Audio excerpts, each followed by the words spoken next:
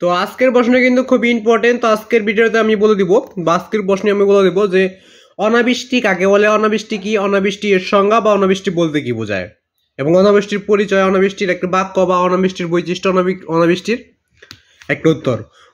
অনাবৃষ্টি সম্পর্কে তোমাদের যত প্রশ্ন করো আজকের উত্তরটা দেখতে তোমরা অ্যান্সারটা করতে পারবে। তবে এই প্রশ্নটা তোমরা কিন্তু অনেকেই জানো, যারা পড়ালেখা করো তোমরা কিন্তু জানো যে একটা প্রশ্ন বিভিন্নভাবে করা যায়, উত্তরটা কিন্তু একই, একটা জিনিসে যেহেতু উত্তর একই, তবে বিভিন্নভাবে ঘুরিয়ে পেঁচিয়ে উত্তরটা করে, এই প্রশ্ন করে, উত্তর কিন্তু একটাই। তো আশা করি বুঝতে পারছো। তো আমরা যেভাবে শিখছি তোমাদের ওইভাবে শিখে দেবো। অনেকেই বলতে পারো যে আপনি কোথায় উত্তরগুলো পাচ্ছেন। তো আমি কিন্তু বর্তমানে পড়ালেখা করতেছি, তো আমি কলেজ সেকেন্ড ইয়ারে পড়ি বা ইন্টার সেকেন্ড ইয়ার। তো আমরা যেভাবে শিখছি তোমাদের ওইভাবে শেখানোর চেষ্টা করি, সঠিকটা শেখানোর চেষ্টা করি এবং নতুন কিছু শেখানোর চেষ্টা করি তোমাদের। তো আমি 4 থেকে 500-র মতো সংক্ষিপ্ত প্রশ্ন দিচ্ছি। এগুলো যদি তুমি শিখে নাও তাহলে তোমাদের পরীক্ষায় কমন আসবে, যদি না পড়ো তাহলে কমন আসবে না। তোমরা যদি সবগুলো শিখে নাও তাহলে তোমাদের পরীক্ষায় সবগুলো তোমাদের আসবে সৃজনশীল আকারে, সংক্ষিপ্ত প্রশ্ন সরাসরি আসবে না, সৃজনশীল আসবে 11টার মধ্যে তোমাকে 7টা দিতে হবে। তো তোমার এমন হইতে পারে যে তোমার সৃজনশীল 11টার মধ্যে 10টাই কমন পড়ে গেল, তুমি তো দিতে হবে তো 7টা। তোমরা কিভাবে সংক্ষিপ্ত প্রশ্ন পড়ে তুমি সৃজনশীল কমন পড়বে সেটা বলে দিয়ে আজকের উত্তরটা বলে দিব। অনাবৃষ্টি কাকে বলে, অনাবৃষ্টির সঙ্গে অনাবৃষ্টি বলতে কি বোঝাও। তো বলে দিচ্ছি কিভাবে। তোমরা যখনই সৃজনশীলগুলা, তো তোমাদের আসবে তো সৃজনশীলের ক নাম্বার আসবে একটা সংক্ষিপ্ত প্রশ্ন, ওটা তো সংক্ষিপ্ত প্রশ্ন শিখে নিবে। এরপর বলতে পারো খ নাম্বার তো একটু বড় হয়, ওটা সংক্ষিপ্ত প্রশ্নের মাধ্যমে কীভাবে দেবো। খ নাম্বার এমন একটা প্রশ্ন আসবে, ধরো এটাই আসলো যে অনাবৃষ্টি এটা ব্যাখ্যা করো। তো এইভাবে প্রশ্ন আসবে যে অনাবৃষ্টি ব্যাখ্যা করতে বলবে তোমাদের। ওইটা ধরো এই প্রশ্ন আসলো, তো আমি যে উত্তরটা দেখাই দেবো ওইটা লেখার পর ওই বিষয়ে আর একটু লিখে দিলেই তোমাদের ব্যাখ্যা হয়ে গেলো, খ নম্বর হয়ে গেলো। এবং ছোট গবরগতে এমন প্রশ্ন আসবো যে প্রশ্নে তোমাকে বলা হবে উদ্দীপক, এবং ওই প্রশ্নের মাধ্যমে তুমি একটা উত্তর সৃষ্টি করো বা তৈরি করো।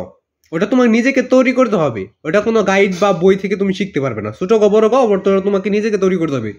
সৃজনশীল মানে হলো নতুন কিছু সৃষ্টি করা, সৃজনশীল মানে সৃষ্টি করা, নতুন কিছু উদ্ভাবন করা বা নতুন কিছু সৃষ্টি করা, নতুন কিছু তৈরি করতে হবে। আশা করি ক্লিয়ার।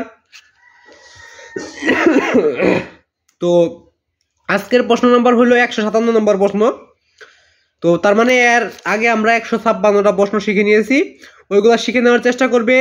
আর আমি যে কয়টা প্রশ্নের উত্তর দেখা যাচ্ছে প্রতিটা তোমরা খাতায় নোট করে রাখবে, কারণ পরবর্তী চর্চা যদি না করো তাহলে কিন্তু কিছু শিখতে পারবে না। তো উত্তরটা দেখে না যাক, উত্তরটা ওই পৃষ্ঠায় রয়েছে। তো এবং তোমরা যদি তোমাদের আর কোনো প্রশ্নের দরকার হয় তো অবশ্যই কমেন্ট বক্সটা খোলা আসছে, ওখানে কমেন্ট করে দিলে আমি অবশ্যই উত্তরটা দিয়ে দেওয়ার চেষ্টা করবো। তো আজকের উত্তরটা দেখে নেওয়া যাক। অনাবৃষ্টি কি, অনাবৃষ্টি কাকে বলে, অনাবৃষ্টির উত্তর, অনাবৃষ্টি বলতে কি বোঝায়। তো দেখো উত্তর, যদি শুষ্ক মৌসুমে একটানা 15 দিন বা এর বেশি দিন বৃষ্টি না হয় তখন তাকে অনাবৃষ্টি বলে। তো এটাই ছিল অনাবৃষ্টি কি, অনাবৃষ্টি কাকে বলে, অনাবৃষ্টির সংজ্ঞা, অনাবৃষ্টি বলতে কি বোঝায়, অনাবৃষ্টির একটা উত্তর। তবে আমরা বলেছি দেখো, যদি শুষ্ক মৌসুমে একটানা 15 দিন বা এর বেশি দিন বৃষ্টি না হয় তাকে অনাবৃষ্টি বলে। তো এইটুকুই ছিল অনাবৃষ্টি কি, অনাবৃষ্টি কাকে বলে। তো এর পরবর্তী প্রশ্নটা হলো আমদানি নিয়ে আলোচনা করবো, এটা পরবর্তী প্রশ্ন। তো আজকে শুধু দেখাই দিলাম যে অনাবৃষ্টি কি, অনাবৃষ্টি কাকে বলে, অনাবৃষ্টির সংজ্ঞা। যদি শুষ্ক মৌসুমে একটানা 15 দিন বা এর বেশি দিন বৃষ্টি না হয় তাহলে অনাবৃষ্টি বলে। তো আজকে প্রশ্ন এ পর্যন্ত। সবাই ভালো থাকবে, সুস্থ থাকবে। তো সকলের প্রতি আমার সালাম, আসসালামু আলাইকুম। তো সবাই সালামের জবাবটা দিয়ে যাবে।